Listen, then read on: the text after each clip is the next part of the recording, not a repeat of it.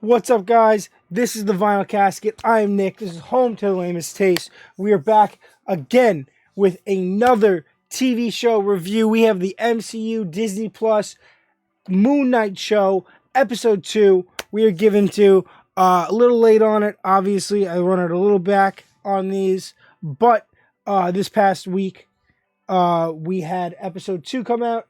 In a couple days, we'll be getting episode 3. But please do me a major favor and go to my YouTube channel where you can watch this and many other videos, and you can subscribe, like, and comment. Check out my Instagram at Vinyl Casket Comics for weekly comic posts and all sorts of other cool stuff on my Twitch, Vinyl Casket.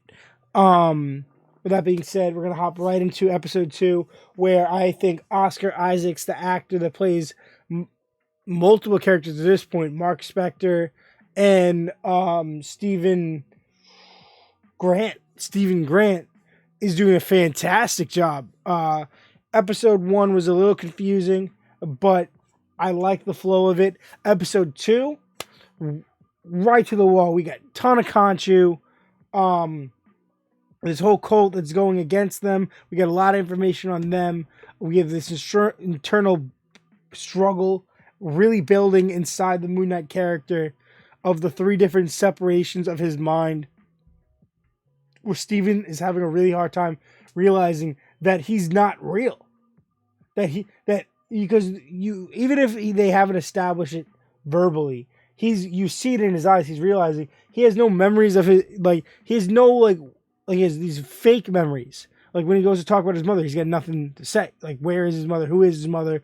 Why isn't she answering? Nothing about his life, or I worked at a gift store, at a gift shop, but nothing else. Like nothing. He's got no substance to his life or character at all, and he can't remember any of it because he doesn't exist.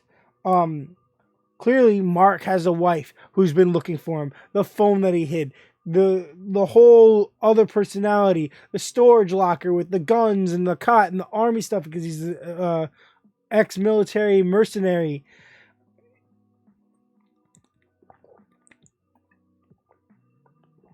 From the way this is being established and led, it looks like the story that they're going to tell is that Mark was military. Might have gone ex-military at the time, was being a mercenary, killing people for money, got hurt pretty badly, was saved by Khonshu, made the deal to be his fist, was doing it on a mission, promised Khonshu that his split personality that he might have developed through PTSD, or he was born with it, would not intervene, but somehow this personality that he created, Steven, took over and locked, while he was on this mission, avoided his wife, locked the phone into the vent, unless maybe there's another personality that did that, or Mark did that, and Mark's only been able to escape through Steven while he's sleeping, or has used Steven as a scapegoat to be like, okay, he'll live his life during the day, and I will be Moon Knight at night, and no one will be able to trace it back to me because this guy's so busy doing his life that they won't think that we're the same person. No one will trace back my Moon Knight killings or missions to my real body because it's 2 different personalities. Until Steven tries to fight back and tries to prevent Mark from taking over, and ends up being thrusted into this whole cult Egyptian conspiracy shit. That's basically the perspective that I'm getting from this narrative at this point, and I like it, and I enjoy it. I think the emotional and the psychological struggles and build here is pretty intense. I like how a lot of the cameras can't pick up the monsters that are coming after him. That the jackal that's chasing him is only in it. He can only see it through his mind, so no one else can see it. So it's making him look crazy and really disestablishing his credibility even further than he's already has as a person. It's really cool. It's a really cool concept.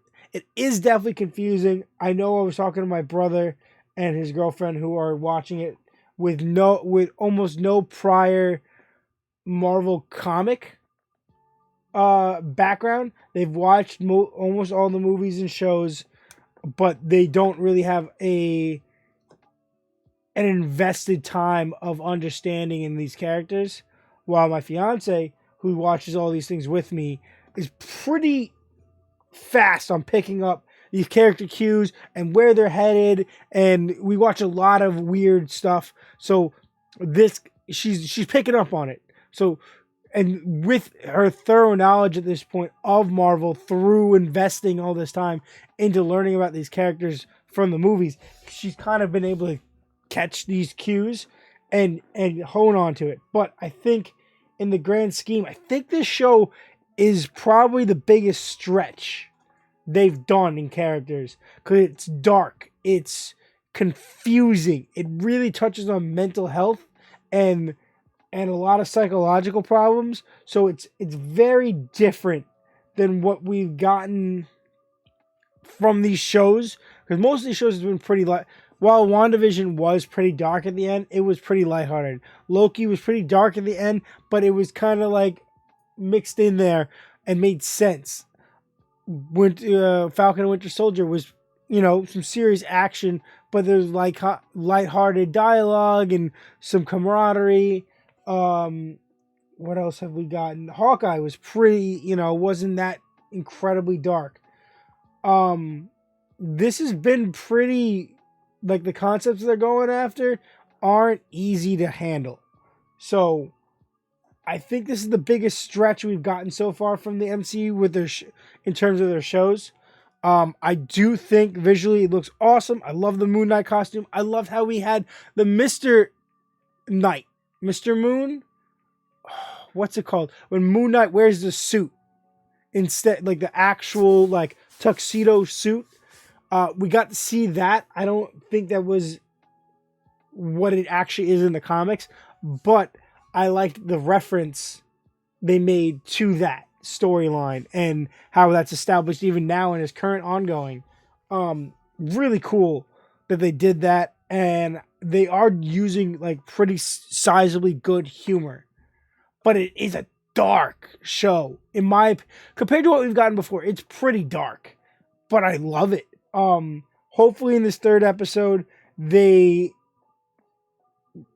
break things open a little bit more widely, so a lot of things start to make sense, and I'm just not me comprehending it the way I do as a comic reader, because I hate having to use my past knowledge to decipher things, and then if I turn out I'm wrong, if it's like, okay, I wasted my time trying to decipher this because I built this whole narrative around this character that you weren't actually doing. But yeah, that's all I have to say about episode 2. I would give episode 2 a 4 out of 5. I think it was pretty freaking good. I liked how we established the wife and the scarab's a little bit more explained. And I'm very excited to see Moon Knight kick some freaking butt in this next episode. Yeah, please check out the rest of my channels and social media at Vinyl Casket, Vinyl Casket Comics, The Vinyl Casket.